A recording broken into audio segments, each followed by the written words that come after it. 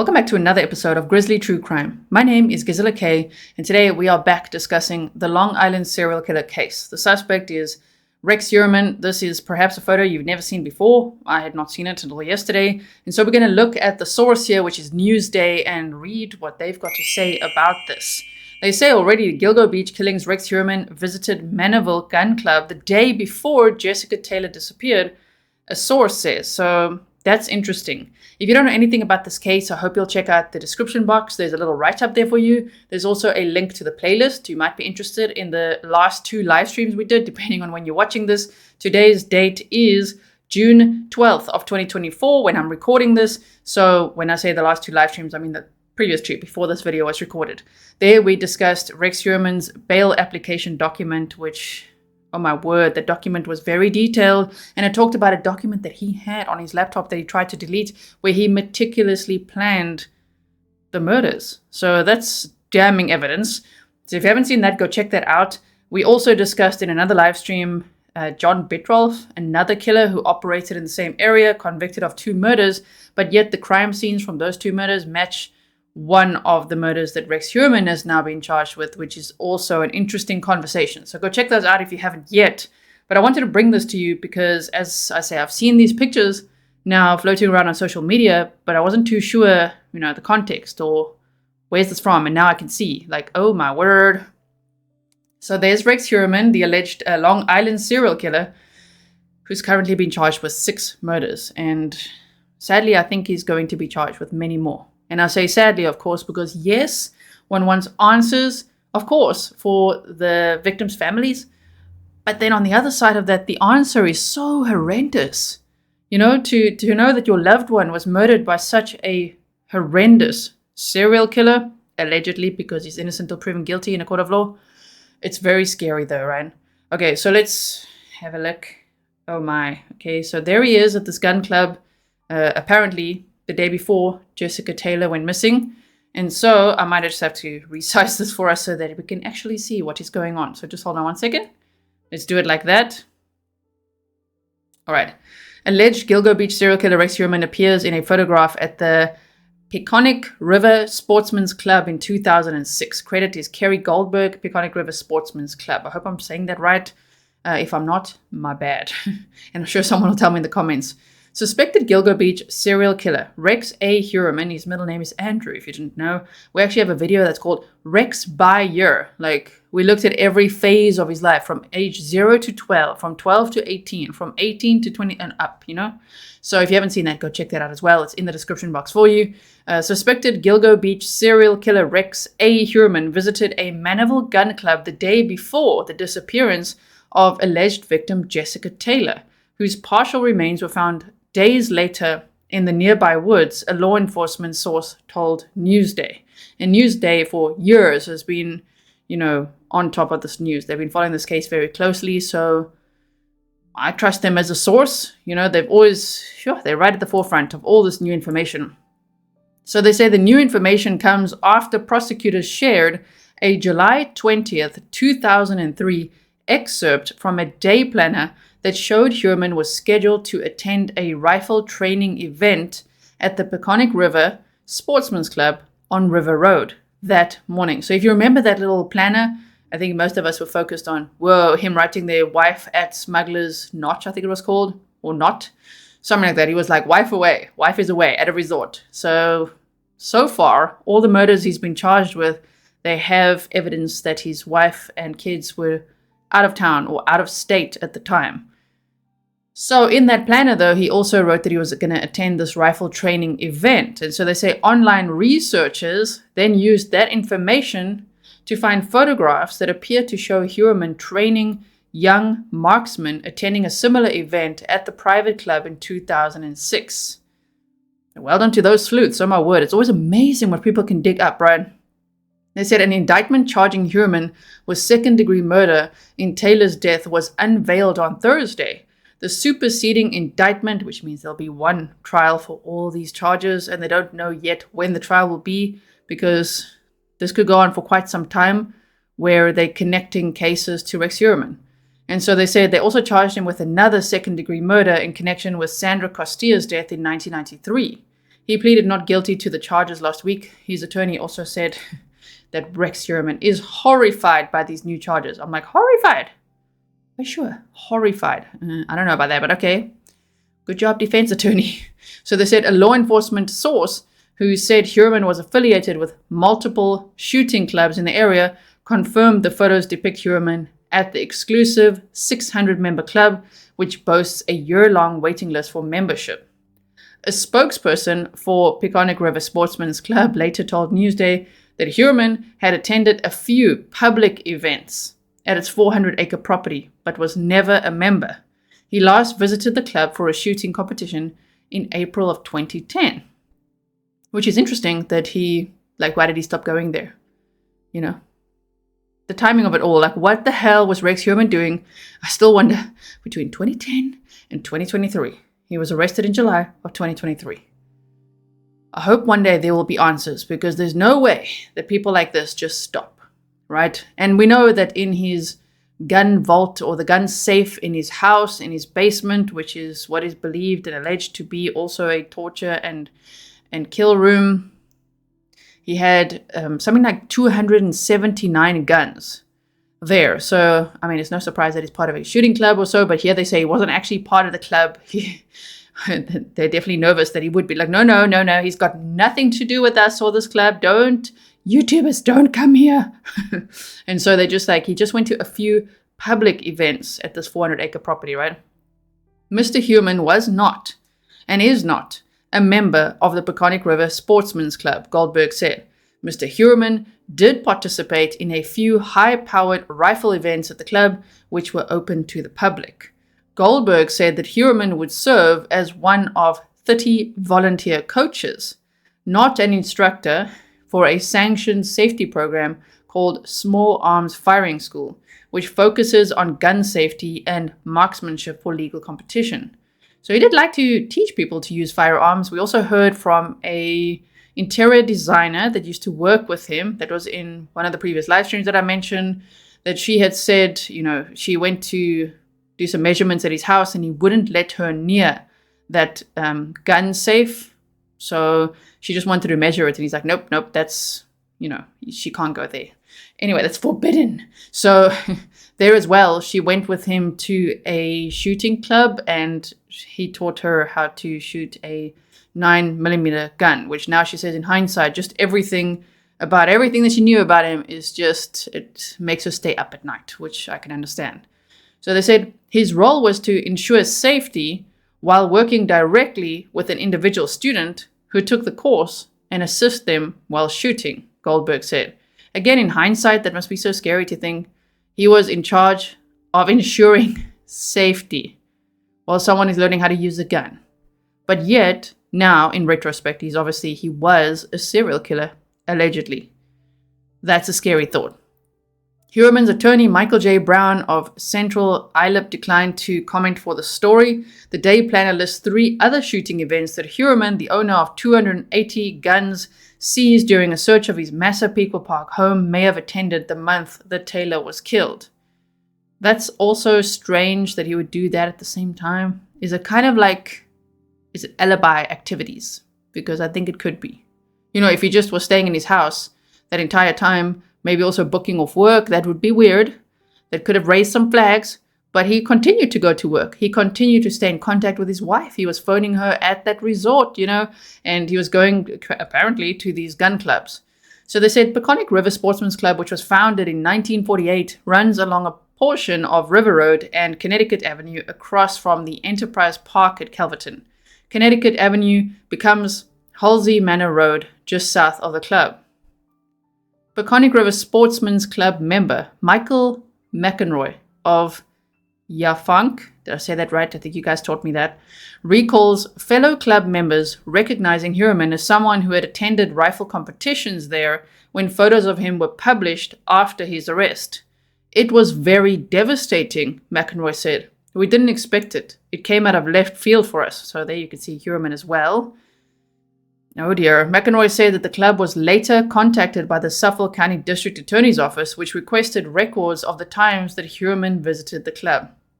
Do you remember we recently looked at a clip in one of these live streams that we did where they did say that the media had followed the police when they were searching the Mandeville areas and then that North Sea area, and that they went to near the Mandeville area to a gun club, which would be this one based on just the location, right? Because we looked at the map and everything. And they said police said, whoa, just media, just back off. So they were obviously looking into this. And that was recent. That was this year around March or April. So you could see this picture. Oh, my goodness. So they say alleged Gilgo Beach serial killer Rex Heuermann Wright was photographed at the High Power Gallery at Peconic River Sportsman's Club in 2006. Credit Kerry Goldberg, Peconic River Sportsman's Club. Yeah, okay. So, Taylor's partial remains were found in a wooded lot on Halsey Manor Road. So maybe he was also like scoping out the area while doing his alibi activities. Near the Long Island Expressway, a little more than a mile from the edge of the gun club property on July 26th of 2003. Prosecutors said that records uncovered by a search warrant show Heuermann visited an area of Manhattan where Taylor was known to frequent as a sex worker on the day that she disappeared. A witness described a truck similar to the one that Heuermann owned, parked near where Taylor was found on the evening of July 25th of 2003, prosecutors said. Remains of Valerie Mack, a fellow sex worker from New Jersey, whose death prosecutors say Heuermann is a suspect in. They did mention her name in that bail application as well. And I think one could plausibly speculate is going to be charged with her murder next. So they say were found even closer to the gun club, near a utility path on an adjacent parcel of woodlands off Mill Road. Additional remains of Taylor and Mack were later found off Ocean Parkway near Gilgo Beach, where the 10 other people's bodies were found. And that's not including Shannan Gilbert. If you do, the 11. My goodness. Heuermann, 60, has pleaded not guilty to first and second degree murder charges in the killings of 3 women. As we discussed recently when we read through that bail application document, in New York, the way it works to have a first degree murder charge, it would have to be more than one murder committed within 18 months for the charge to become a first degree murder charge. Obviously, these laws and rules differ per state. So that's what I'm understanding from those. That's why some of them are second degree, even though it seems very premeditated, especially given the new evidence that they found. So he was pleaded not guilty to first and second degree murder charges in the killings of 3 women, Megan Waterman, Melissa Barthélemy, and Amberlynn Costello, whose remains were found near Gilgo Beach in December of 2010. He has since denied second degree murder charges in the killings of Taylor, so Jessica Taylor, Maureen Brainard Barnes, and Costilla. Alleged slayings. I hate it when they call it slayings. It's like pet peeve. If you've been here for a while, you know that. So alleged murders that span from 1993 to 2007. I think he could have started sooner. You know, normally they would somewhere early to mid 20s. Serial killers like this, alleged serial killers, would start somewhere there. You know, age 24 to 26, something like that, and they don't stop usually. So there might be a cool-off period, but they usually don't stop. So I'm very interested to know if they ever are going to find cases that they connect before 1993, you know, to Rex Heuermann, and also especially what the hell was he up to between 2010 and 2023? Because that's obviously when he had years, decades of practice, which is why I'm like, what was he doing then? So, and I think technology also caught up to him, so it'd have to be extra sneaky and crafty to avoid detection. Luckily for him, unfortunately, the police were very corrupt at the time and not really investigating these murders properly, as we know. So I think he got away with it for much longer than he should have. I think he should have been caught already, 2011. But anyway, moving on. So they say, though it's been noted since his July 13th of 2023 arrest that Heuermann was an avid collector of guns, prosecutors have said that they do not believe any firearms were used in the 6 killings he's been charged with, which is also interesting. He's doing, I'm just speculating, this alibi activities. He's like remaining active in the community, going to all these, rifle events, gun clubs, shooting events, whatever it is, instructing people as well, ensuring safety while planning to murder people. Like, what the hell? Okay, so he's doing all of that, and he's got all these guns, but yet none of his victims were shot. I mean, that's quite something as well. So they said several prosecutors have said that some of Heuermann's weapons, at least 26 unregistered handguns, 15 unregistered assault weapons, and 10 high-capacity magazines may have been possessed in violation of state gun laws, and the Nassau County District Attorney's Office has said it is considering bringing charges. So he might face additional charges for that. A Newsday review of a Suffolk County Police Department property section inventory of Heuermann's seized guns reveals that he had a collection of historic long guns, hunting rifles, revolvers, and semi-automatic weapons. Heuermann's collection includes guns from nearly every decade dating back to the 1860s. Firearms in his cache were manufactured in the United States, England, Sweden, Switzerland, oh my word, okay, Italy, Russia, Belgium, Brazil, Romania, Israel, and France. Some are firearms used in world wars, while other types include an Uzi and Tommy guns, court records show. They range in value of between a couple of $100 to more than $5,000 apiece, according to a comparison of the inventory and online gun dealer price listings.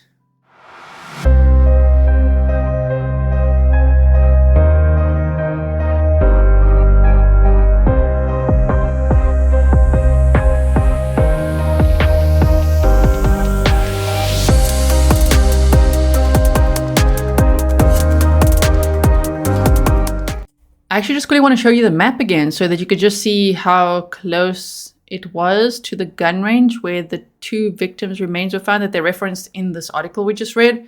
So, of course, Rex Heuermann lived in Massapequa Park. You can see it says house here. We've done extensive map time on this case as well. So if you haven't seen the episode, you might want to check it out.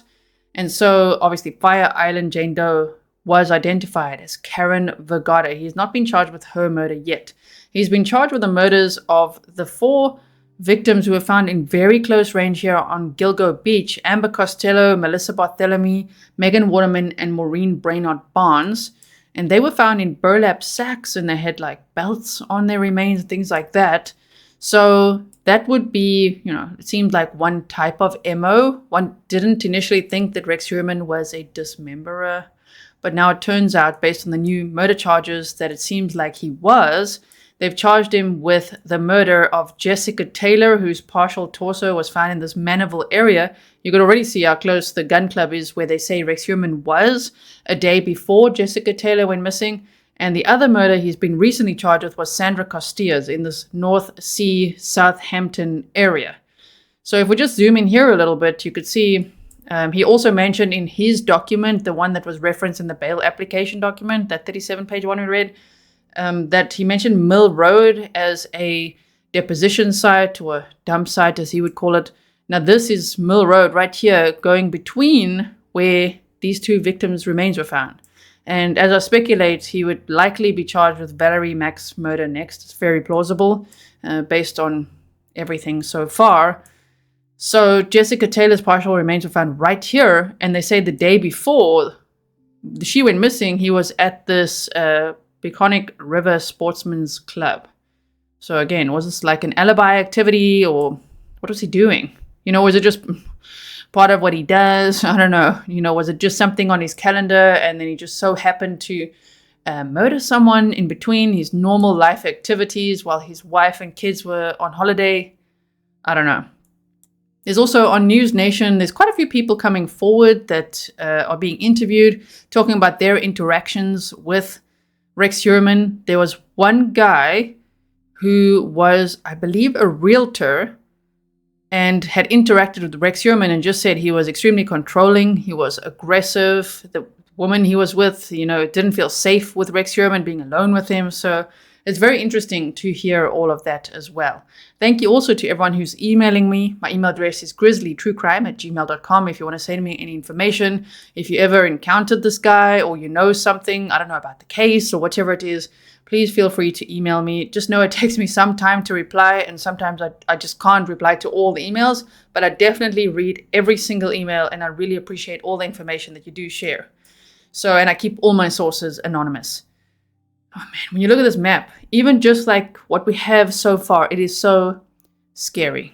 You know, it is so scary to see all these pinpoints here that we've put. Oh man, just think how many people Rex Heuermann may have murdered and also sadistically tortured and all of that before murdering them. It's just absolutely devastating. So that's the map though. If you do want to see just quickly the distance between these points, let me just quickly measure that for you so that we can just see it. So from where Jessica Taylor's remains were found to the gun club, and let's not do it in meters. Let's do it in feet maybe. Okay, 8,200 feet. How many miles? 1.57 miles away. So really not far from where he was the day before Jessica Taylor went missing. Now, if you want to know the timeline, you know, and you want visual timelines to help you remember, then please check out my previous episodes, because we've just done that, where we looked at especially these new murder charges and then compared to when did they go missing, when were their remains found, you know, who last saw them, did Rex Heuermann taunt their families, all of that. We've been through so many things, so many details that we've discussed in this case, that one would have to take it one live stream at a time. So I hope you will check out the playlist to see maybe what you've missed, so that we're all on the same page whenever the next update is, and who knows what it's going to be. So thank you so much for watching. I hope you'll check out my other videos on this case. I'll keep you posted, and in the meantime, stay safe.